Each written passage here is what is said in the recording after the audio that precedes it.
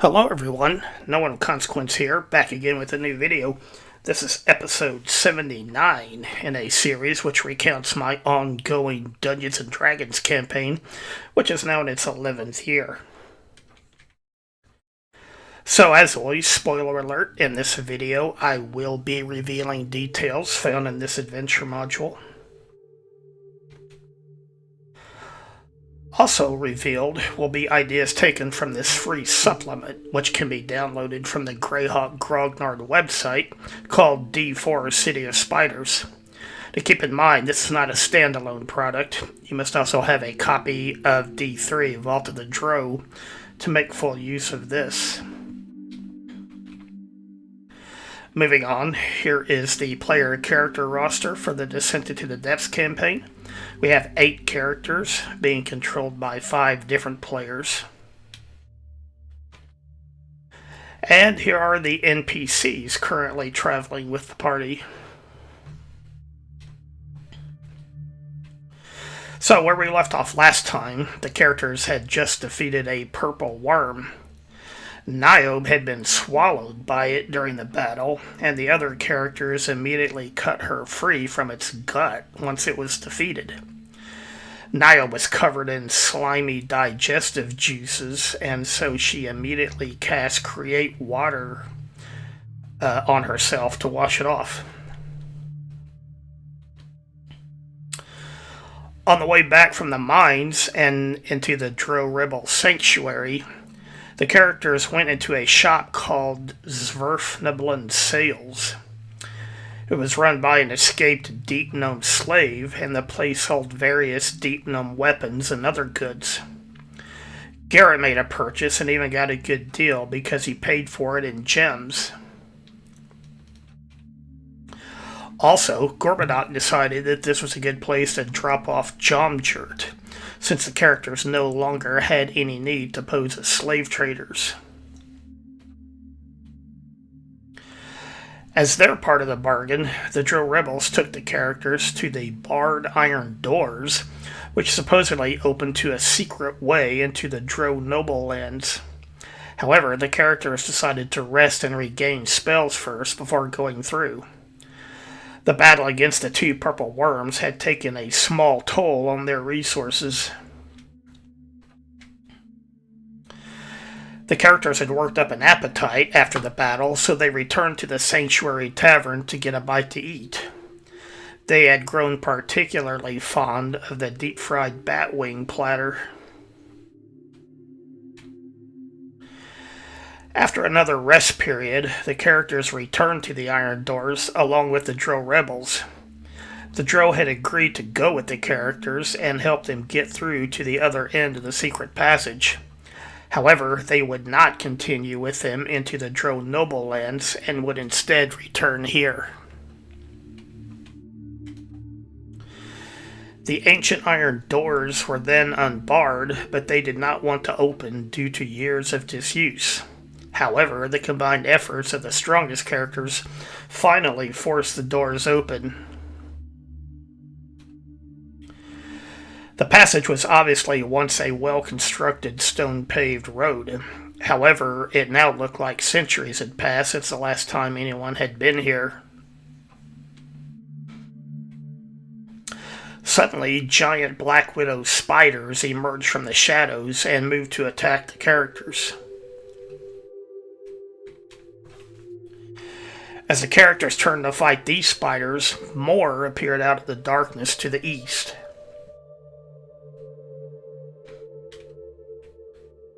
The characters were now fighting spiders on multiple fronts.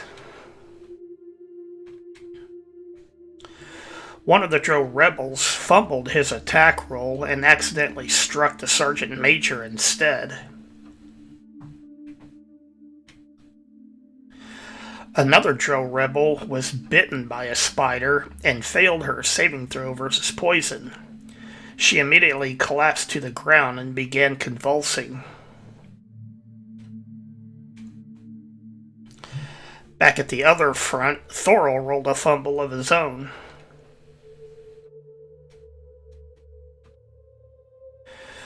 The front where the fighter-based characters were concentrated gradually got the upper hand in their fight against the spiders. Niobe cast a cure poison spell on the Drow rebel who was dying from having been bitten. Meanwhile, the fighter types had defeated their spiders and now began moving over to help the other group.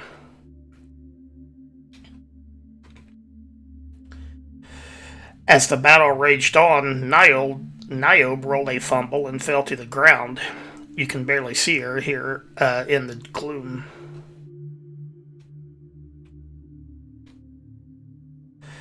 After the spiders were defeated, Gorbadoc and Varys tried to explore a side tunnel where some of the spiders had emerged from. Varys used his flame sword to attempt to burn through the webs, but it was taking too long. The webbing was somehow resistant to the flames. Gorb finally got bored and walked off. Continuing on, the characters were suddenly ambushed by a huge ancient Black Widow matriarch. Now it was Aramis's turn to roll a fumble. On an ability check, you want to roll low and hopefully get a result that is lower than your ability score. However, Aramis rolled a natural 20 for his dex check and thus fell to the ground. As fearsome as the spider matriarch looked, I was making terrible attack rolls on its behalf. The spider had 2 attack forms. In addition to its bite, it could also shoot a glob of webbing. However, I just could not roll high enough to hit anyone, and here you can see the missed globs of webbing on the ground. It was a very anticlimactic battle, and the spider matriarch was soon defeated with no real harm done to anyone. With the last of the spiders defeated, the characters were finally able to continue down the ancient gloomy passageway. Further along, the characters began hearing a strange, droning, chanting sound. The noise made everyone uneasy, and some of the characters began behaving strangely. It got so bad that Obrak suddenly turned without warning and smacked Niobe with his warhammer. Not only did he hit her, he scored a critical hit. And not only that, but his damage roll was the maximum possible.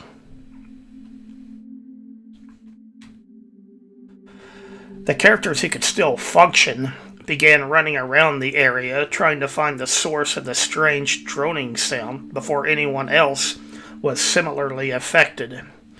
But the noise seemed to echo and fill the entire chamber, and so the exact location was difficult to pin down.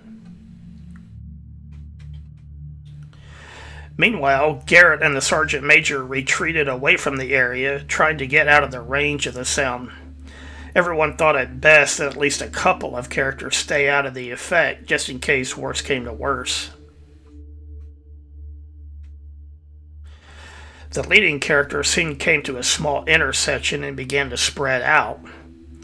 They could still hear the droning sound and were determined to locate the source. Varys and Gorbadoc climbed a small flight of stairs nearby.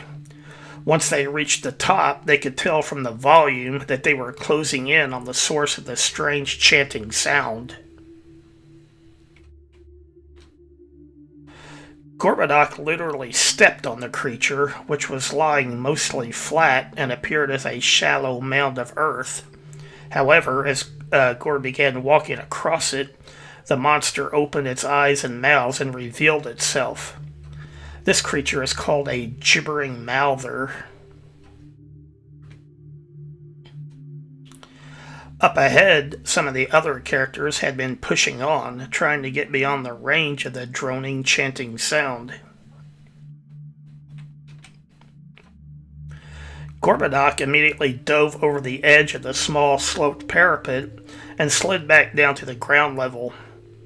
Meanwhile, the Sergeant Major cast a silence 15-foot radius spell, hoping to negate the monster's sound-based attack. The creature next attacked Varys, but only succeeded in dispelling some of his mirror images. The monster next heaved its blob-like body over the parapet and down the side as well.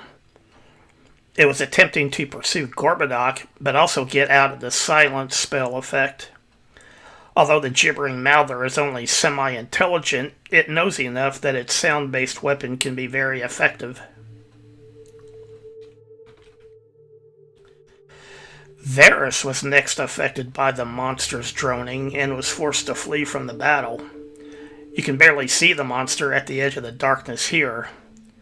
Meanwhile, Aramis came running back to see what all the commotion was about. Varys disappeared to the south, while Niobe decided to engage the monster in melee combat. Unfortunately, the monster attacked Niobe in return and rolled incredibly well. Several of its mouths latched onto her, pulled her to the ground, and then the creature's body began to engulf her.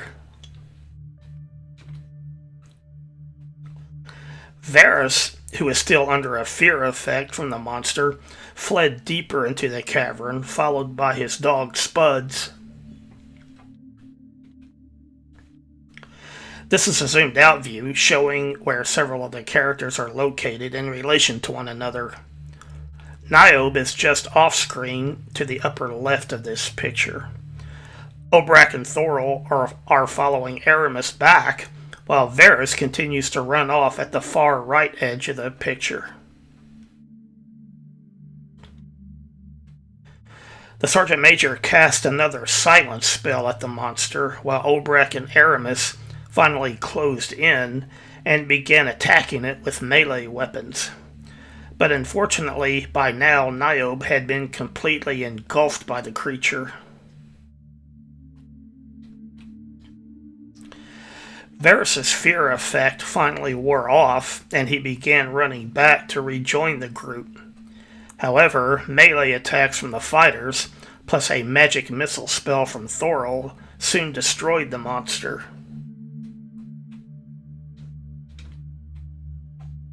Obrak and Aramis began cutting away at the monster and were able to pull Niobe free from its body. Unfortunately, it was too late and she was already dead. But luckily, Niobe had a Halloween reward item amongst her belongings, a Wake the Dead scroll. So the characters used that to bring her back. But that was now twice in as many days that Niobe had been eaten by a monster. Everyone began to wonder if maybe St. Cuthbert was displeased with her for some reason. Alright, well that's all I have for now. Thanks for watching. If you enjoyed the video, please hit the like button. Please leave a comment and let me know what you think. If you haven't yet, please subscribe to the channel. And if you know of a good place, please share the video. Anything you can do to help support the channel, I appreciate it. Thanks again. Bye for now.